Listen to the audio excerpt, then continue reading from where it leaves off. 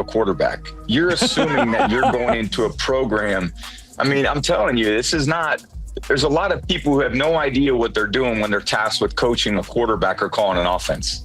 So are you saying, I mean, just like we'd rank quarterbacks 1 to 32, do you rank offensive coordinators 1 to 32? Do you rank quarterback coaches 1 to 32? Well, what if you have the 32nd ranked coordinator in someone's mind, or the 32nd ranked quarterback coach? How is he getting a level of development? The NFL just stopped mid-scroll like someone hit pause because Tom Brady, yeah, that Tom Brady, just turned into Sherlock Holmes and called out Cleveland for straight up sabotaging Shedeur Sanders. Can you believe that? The man who guards footballs like they're sacred relics just fired off a truth bomb so loud the entire league's ears are ringing. Fans are losing it, wondering if the Browns are running a football team or a secret spy mission gone wrong. Something wild's cooking in Cleveland, and it ain't just bad play calling. Nobody saw this twist coming. Tom Brady, the golden boy of discipline, the walking definition of focus, suddenly morphs into the NFL's unofficial accountability officer. And guess where his crosshairs landed? Right on Cleveland. The same Cleveland that somehow finds a way to make the front page even when they're trying to keep their heads down. But this time, Cleveland media keep going relentless on Shedeur Sanders. He entitled, distracted, developing slow, can't learn the playbook, not getting practice reps with the scout team, not getting practice reps at all. But what if I told you? Then don't none of that got to do nothing with football. This goes deeper than people realize. If y'all ain't seen the Tom Brady came out on Colin Cowherd, now this is pertaining to the Browns saying, it's not about a loss, not about a rebuild, and definitely not about another quarterback carousel. No, this one's pure chaos wrapped in drama. Brady flat out accused them of sabotaging Shedeur Sanders, and when that headline dropped, the whole league just about choked on their Gatorade. Like, what? This is Tom Brady we're talking about, the guy who probably meditates with trophies and preaches self-control like it's a religion. He should be out there sipping kale smoothies and sunbathing on some billionaire yacht in peace, but nah, not Brady. is either the Browns are actually developing Shedeur, which I told y'all before too. They actions say otherwise. But Tom Brady gonna break it down in how he got developed and early on in his career, eventually lead him to 7 Super Bowls. So if quarterback's not getting developed, anything similar to this, retirement didn't shut him up. It just gave him more time to call out the nonsense. And what he's seeing in Cleveland, it's not just bad management, it's a circus. A full-blown clown show disguised as a football operation. Brady said it best. There's this wild double standard in the NFL where players get judged like they're on some reality show. Every single move put under a microscope. And now, Cleveland's looking like the next episode nobody asked for. Every throw, every step, every single misread, picked apart like it's a national security threat. But the coaches? Oh, those guys walk around like untouchable geniuses, immune to blame. They can run an offense straight into a crater, and somehow the headlines still call them visionary. Brady wasn't buying that fake magic act for a second. He said what everyone's been whispering for months. Some of these coaches wouldn't recognize real player development if it hit them in the face with a laminated playbook. But I'm going to answer this question by saying Shedeur Sanders, and I'm going to tell you why. I think he's being set up to fail. That's right, I'm going to say it. Okay. Here we are on national television, right? There's been 11 practices, if I remember correctly. He's been starting against, he's been playing against the third unit. He's fourth on the depth chart. And then suddenly you throw him into the start lineup, and he hasn't had any reps with the first team at all. Think about that. So you're just gonna throw him to the wolves like that, huh? I mean, you know, if he had first team snaps in practice. And right there in the middle of it all stands Shedeur Sanders, the kid getting dissected more than a science lab frog, while the staff responsible for his growth gets a free pass. Cleveland turned what should have been a golden opportunity into something that looks more like a setup than a career start. Imagine stepping into a brand new system where your coaches treat player development like it's a bedtime story. Pure fiction. Then they turn around and question your readiness? It's insanity. It's like telling someone to bake a cake with no flour, then screaming at them for serving up air. How's that fair? That's Shedeur's life right now. A non-stop cycle of being blamed for problems he didn't create. And Brady, he wasn't about to let that slide. The man who built dynasties out of doubt spotted the nonsense from miles away. He called out Cleveland's coaching crew for what they are. sideline statues pretending they're strategists. They evaluate, they grade, they critique. But when you ask who actually worked with Shedeur, you get dead silence. Not one coach ready to raise a hand or take accountability. Apparently, Cleveland's version of player development is tossing a kid a helmet, patting his back, and saying, "Good luck, champ." Then when it all falls apart, they shrug and go, "See? He's not ready." What a joke. Brady's seen real growth, real leadership. He turned undrafted receivers into game day heroes. So when he says Cleveland's coaching staff is sleepwalking through their duties, you better believe it. He can smell a toxic locker room from a mile away. And this one's stinking up the whole league. Cleveland's issue isn't that Shedeur isn't ready. It got nothing to do with the game. Okay, it's all for media clicks. And, he's a heck of a personality, but the personality can't come out until you do something on the field. And, it's a big week for Dylan Gabriel and a big week for the Browns. I mean, making that transition. For him even be available to the press, I don't know why he's doing it. You tell me. You know how that works. Is that the front office? Is that the comms team? Like, who's putting him out? So we're saying it's not really on him. We have to protect him. He's a young player. Yep. Why are we making him available? Exactly. To me, I mean, there's no sense to. It's that they never even tried to get him ready. And here's where it gets painfully awkward. Because when Tom Brady speaks, the entire league goes quiet. Especially the people he just roasted. The Browns front office jumped into PR mode fast, dropping their usual word salad about competition, evaluation, and development. But come on, everyone can see through that. Those buzzwords hit the air like empty promises when your so-called developmental plan looks more like organized neglect. It's wild how coaches love talking about accountability until it's their turn to face it. Brady broke it down perfectly. He said the NFL's coaching culture is like a corporate office where the interns get fired for typos while the managers get promoted for causing chaos, and that right there sums up what's been happening in Cleveland for years. It's a broken system, and sadly, Shedeur's just the latest name caught in the mess. The truth? Cleveland's been juggling coaching philosophies like a bad circus act. One coach says, "We're developing him." Another says, "We're evaluating." And the next one probably doesn't even remember his name. Every meeting sounds like a different show with no script, and not one of them involves actually helping the player improve. Brady's words cut deep because everyone watching knows he's not exaggerating. He's exposing what insiders have been whispering for years. And just when you thought the fire couldn't burn hotter, in storms Stephen A. Smith. The man who can turn outrage into an art form didn't just agree with Brady, he detonated. He's been hinting for months that Shedeur's situation smelled like a setup, and now he's saying it loud and clear. When this isn't opportunity, it's entrapment. He's got to adapt to the NFL. He's got to adapt to not being coached by his dad.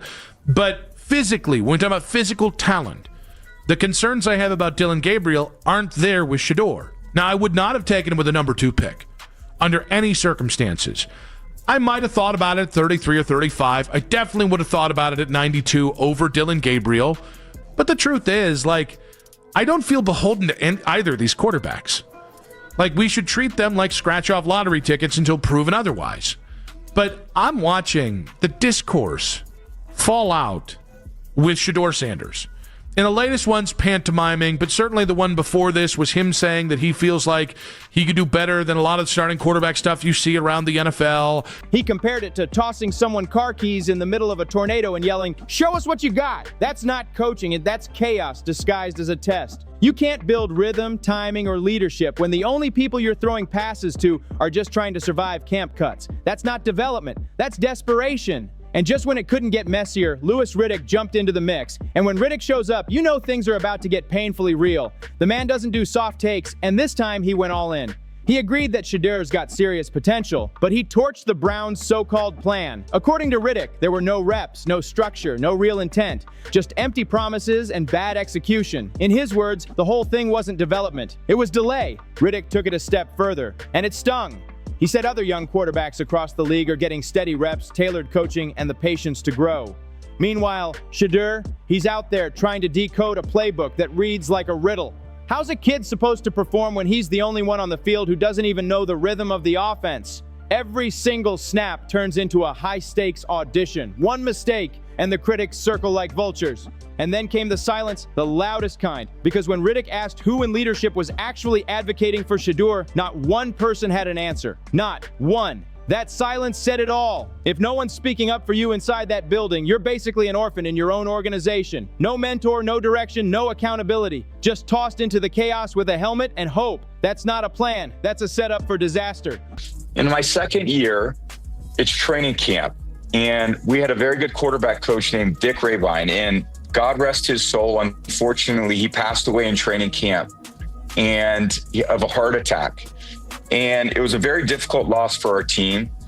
And the way that we found a way to continue on that season is Bill Belichick became more of a quarterback coach than we ever imagined him being a quarterback coach. He was he was obviously a head coach.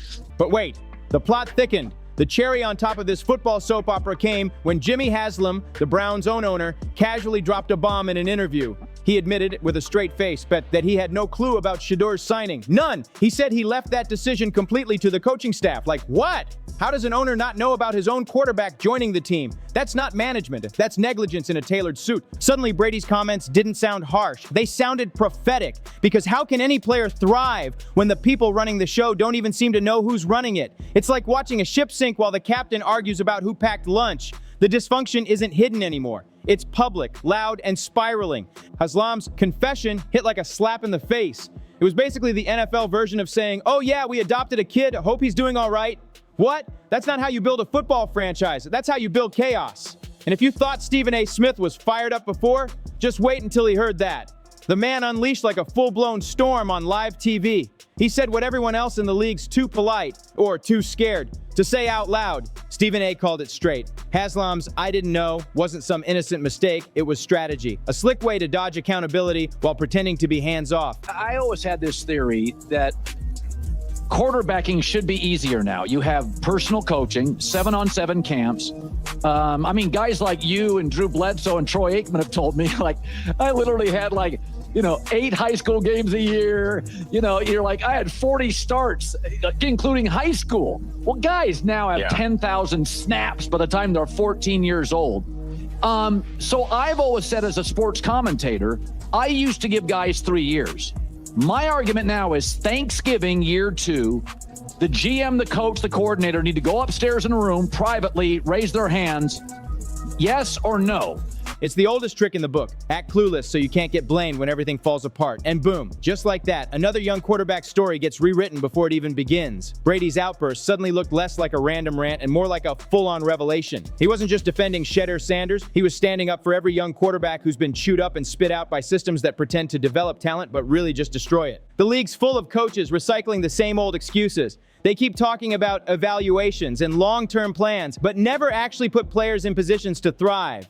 Shedeur is just the latest proof that the formula is broken beyond repair. And here's the kicker, the irony of it all. Tom Brady was once that guy. Drafted low, doubted by everyone, given almost no reps. Sound familiar? The only difference? He had Bill Belichick. And love him or hate him, Belichick believed in developing players, not burying them. If Brady never got that shot, maybe the world never would have seen the GOAT we know today. And that's exactly why his words hit so hard. He's not talking theory. He's talking truth. Tom Brady is living proof that real development matters. He knows exactly what it looks like when a player's being robbed of that chance. The league's built this toxic culture where players take all the blame, while coaches hide behind buzzwords like system and process. Brady called that out, loud and clear.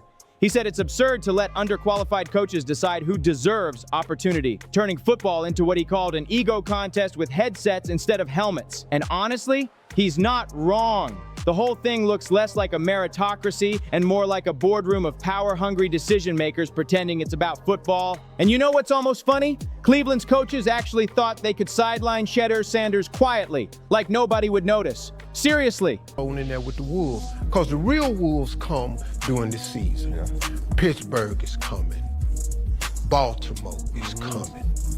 The real Wolves is coming. Now, I am praying to God that Shedeur gets an opportunity to show what he can really do. And I think that would be probably the best thing for him. But knowing the Cleveland Browns.